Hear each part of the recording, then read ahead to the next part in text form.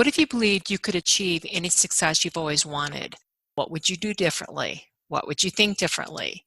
Thank you for listening to On the Air with Jeanette Sibley. It's your time for success. I'm coming to you from the Mile High City of Denver, Colorado. My focus each week is to share with you success tips, insights, and how-to-do-its that help you achieve the results and successes you've always wanted in your business, in your career, and in other areas of your life. Are you ready to uncover the success you've always wanted? Keep listening. Welcome. I received a lot of great feedback from a recent podcast, 5 Tips for Working from Home. These listeners requested additional insights in how to work confidently, effectively, and productively from home, particularly during this health care crisis and economic challenge. I listened and will now be reviewing the original tips and new ones in this podcast. Many of us are working from home, whether we are using online conferencing systems for work, association, networking, or other types of virtual meetings. It's important to remember the following tips. Otherwise, these issues will get in the way of having productive and effective meetings.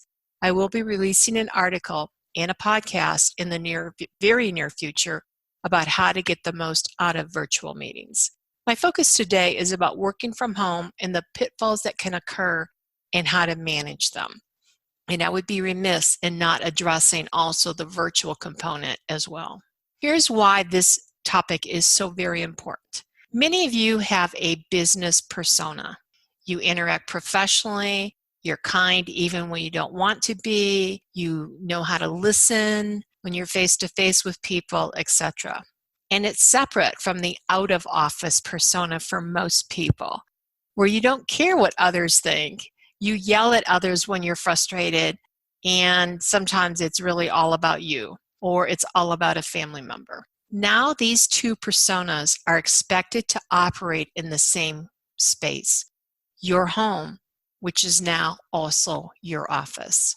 Sadly, and I've seen this happen countless times, so please listen up, poorly handled meetings and failing to handle work expectations in an effective and productive manner will get your career sidelined. It will also sabotage your confidence.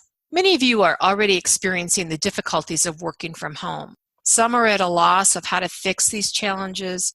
Some of you may be in denial that they even exist, while others are just simply unaware. This can range from how to dress to handling distractions from kids and spouses for a variety of reasons. In this second podcast on working from home, I'm going to give you tips to make your working from home as effective and as productive as if you were working from the office.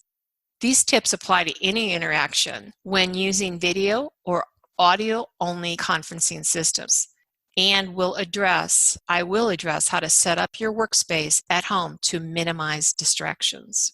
Personally, I've been working from home for many years, and I've found that I actually get more done. But then recently, I've had to handle the hammering and pounding from the construction going on next door, and I've had to make changes to my routine to be effective and to operate in a productive manner. Here are 6 tips and how to do it to help you become aware and build your confidence from working from home. Number 1. Set up an area in your home or apartment free from distractions. While this sounds easy, I realize it's not. If you live with kids, pets, you're caring for a disabled member of the family, or you have noisy or sometimes nosy neighbors, do the best you can. When setting up your workspace, stay out of the kitchen area, since in most homes, it's a very active place for people to congregate. Turn on soft music in the background, preferably instrumental music, since some types of vocals can be offensive to some of your clients, or if you have it running during a meeting, or etc. Hang towels or blankets around your area to absorb some of the noise. When sharing confidential information, keep your windows closed and stay off balconies or patios during these conversations.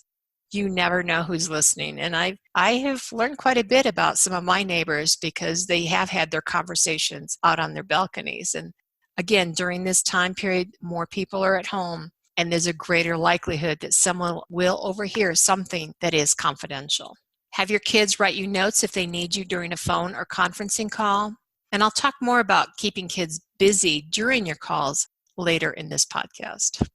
Number 2, set hours. Just because you're working from home doesn't mean you need to work 24/7 or in the wee hours of the morning, unless, of course, you normally do. Take breaks to walk the dog or talk with your kids or others living in your home.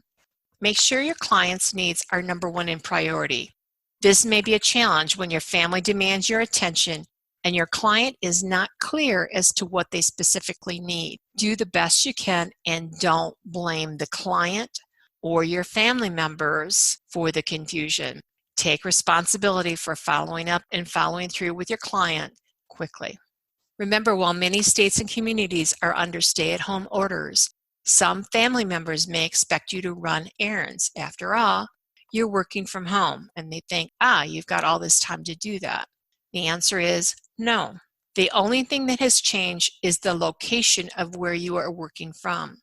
If you're picking up groceries, medications, or handling personal errands, do them before or after scheduled calls or expected work hours. Now here's a caveat to this, and some of you may not really realize what's going on. I personally have experienced it. Remember, plan on extra time since it may take longer to get the errand done or the errands done.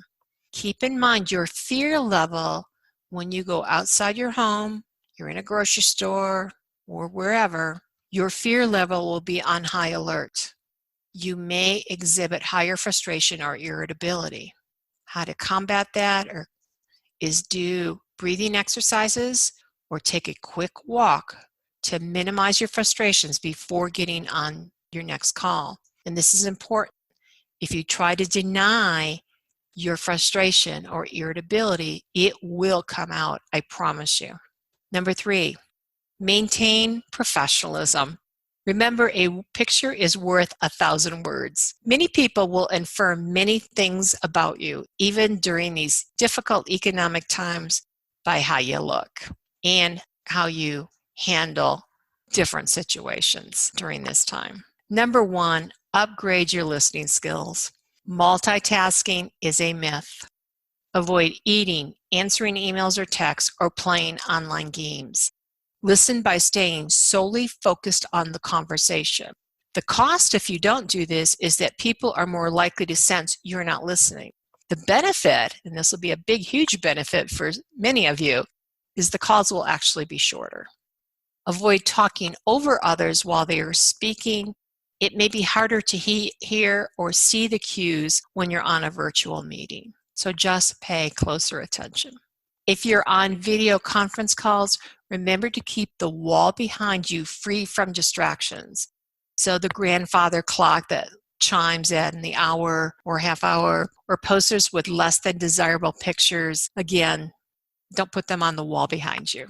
Dress business casual. Wear clean clothes like you would if you were going to the office, even if it was just a Saturday. Not your normal stay at home, slouching around type of clothes. You know, those kind of clothes that have holes and stains and other gross stuff on them, right? And also stay away from wearing lots of jewelry or makeup since these can be distracting.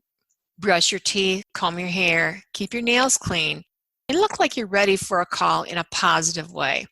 The video camera will pick up things you are unaware of, and it will be remembered. Not allowing the video function on your electronic device to be activated will be a distraction to everyone else using video. If this is a big problem, consider using freeconferencing.com or other voice-only conference systems. Recently, I had a client share about a Zoom conferencing call she had attended. It was with an association, and one of the association members was wearing her workout clothes.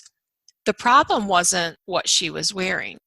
It was that she had failed to zip up the front of her jacket and was not wearing anything underneath. I don't think I need to say anything more about the picture this created.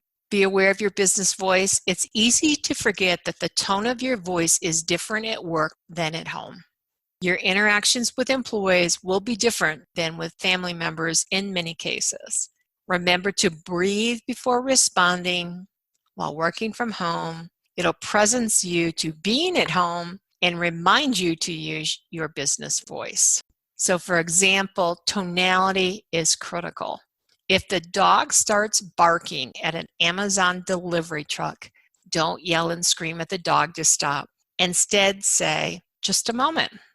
There's an Amazon delivery truck here, and the dog is letting me know. Then when the dogs calm down, then resume your conversation. Trying to talk over it will only make things worse. Review the quality of your internet and phone connections to make sure that they are working. If you are using your home phone to take calls, be sure you are the only one answering the calls and use your own voice, not your kids and pets on a recorded voicemail message. These can always be changed back when you go back to work in the office again. Last but not least, if you need to physically mail something, ensure there are no kid prints or pet fur on the documents. Number 4, stay focused. Since you are spending more time at home, you're going to find more home and outdoor projects that need to be done, and they will be enticing. So instead of just operating like a squirrel and go do this and then go try to do that, get a little work done here and there, write down the outdoor or home projects and set them aside. These are for after-hour type of activities or projects, and if you can stay focused on working, you will actually get more done and then have more time to go pursue those things. The challenge will be if your kids or you have a desire to get outdoors and exercise.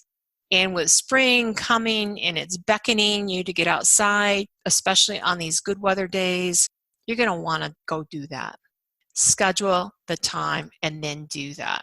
Even with those communities with stay-at-home orders can still go outdoors. Just remember the 6-foot rule. Be the one to make sure that that happens and don't expect everybody else to do it for you.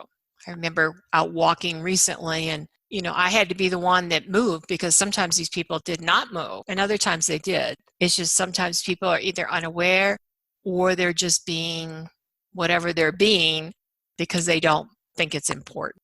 Again, I'd rather be safe than sorry. Last but not least, turn off the TV and other distractions just as you would be expected to do at work. Now I'm going to go out on a limb. This is number 5. And I'm going to go out on a limb here. And to be transparent, I don't have kids. However, in my 27 years of executive coaching, I've helped thousands of business leaders who are clients and workshop participants address kid issues. So here goes. If your parenting style is too lenient or you lack good parenting skills, and you know who you are, just be honest about it, it will be more noticeable than normal. Don't despair. Now is an excellent time to listen to podcasts on how to talk with your kids, or if needed, you can watch the show Super Nanny for parenting tips. Remember, communication is important, especially with your kids and other family members during these difficult and uncertain times. The biggest challenge I hear about is kids yelling and screaming in the background. Please understand your kids feel your fear and may be dealing with their own fear. And how they do that is they are rowdy, they're loud, they're demanding your attention, and it seems like it's all the time. As a parent, you may be used to the noise. And while most people can sympathize with you, it can be too big of a distraction to ignore. It will get in the way of having effective and productive meetings and getting your work done. So here are some suggestions for minimizing noise and distractions. I'm sure many of you have other suggestions. Please share them in the podcast comment box so that others can learn from you. One of the suggestions is give the kids something to do that is considered quiet time. While hiring a babysitter may not be a good option right now, have your kids focus on creating pictures, playing video games, watching a video, or even creating a video. This would be a great time to do that, and many are. Require them to stay in another room during your calls and promise a reward. Anything that encourages quiet play, study, or enjoying creative activities. Then, this is very important, and please don't step over this. Reward them by spending time with them before your next call or that next assignment that needs to be done. Allow them to run and yell and do whatever kids do to alleviate frustrations or energy for a specific period of time. Remember, this crisis is hard on them too, and they do not have the words or the ability to articulate how they are really feeling. And some of us listening to this may be in denial and unable to articulate our feelings as well. So this is an excellent time to have one of those conversations with your kids where appropriate, where age appropriate, and get real. The second piece to this is use your mute and chat functions. Learn where they are on your video conferencing systems. While you may be excused the first time, if you don't know where they're at, you're not going to get the same pass the second time. Here's a great tip. Have one of your kids teach you how to use the mute and chat functions. Only open your mic when you've been asked a question or you need to say something. Otherwise, keep it closed. It does minimize any background noise that you may be used to, but can be annoying to your listeners. Do keep your chat box open so that others can privately say something to you like, button up your blouse, or you got something in your teeth, or I can't hear you. And then be respectful to others by being aware. While all the kid noises or other demands from pets or others in your homes or from loud neighbors are not 100% avoidable, don't get upset. I think I need to repeat that. Don't get upset. I know it's easy to do. Remember, it's the tone of your voice and how you handle these distractions that will make all the difference. And how you handle them will be remembered. You want it remembered positively during your performance reviews or upcoming promotion opportunities. Again, this is a great opportunity to shine and show that you can be a leader under many different circumstances. So showcase yourself appropriately. And then number 6, realize working from home isn't as easy as you may believe. Remember the airline quote, use your own mask first before helping others? I'd like you to do the same here. The following are just simply reminders of how to take care of yourself or what to do in certain circumstances. One, and I had to learn this myself, having had some back issues and neck issues, is make sure you are using a comfortable chair and work table. For lower back issues, adjust the chair or work table. It may be require you sitting on pillows, or it may be requiring you to use a chair that isn't set up quite as high or something. I mean, there's a lot of different things you can do. My point here is experiment, find out what works for you. Some things you might want to try out is just standing up while you work. If you've got a countertop in the kitchen or some area where there's not a lot of activity right now, that may be easier for some of you. If it is a neck issue, use a headset instead of cradling your phone while typing and or talking. Stay away from using the speaker function on your phone or laptop since you don't know who is listening. Take breaks for water, coffee, or tea, and or a snack, just as you would if you were at the office, and stay connected. This includes staying connected with your team members, your business associates, your clients, your friends, etc.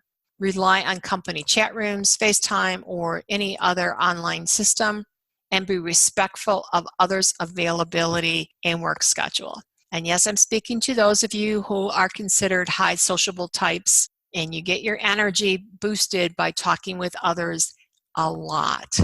Remember, not everyone has the need to be as chatty or listen to your stories. Plan your work and work your plan, just as if you were in the office. There will be priorities, get them done. I usually schedule top priorities early in the day since I'm not always sure what my clients are going to need later in the day. Remember, the key to confidently, effectively, and productively working from home is delivering the same work and professional interactions as if you were in the office. I know some of you are going to enjoy working and interacting from home and want to continue doing so. So talk with your boss about the viability of doing so after this crisis is over. I've outlined the benefits and cost savings you can share with your boss in an article and in a podcast entitled, Knowing How to Lead Virtual Team Members is a Required Skill. Yes, believe it or not, some of you will be actually thankful to work from the office again. At least now you can appreciate the challenges for those of us who work from home. I trust these 6 tips will help you work from home in a more confident, effective, and productive manner.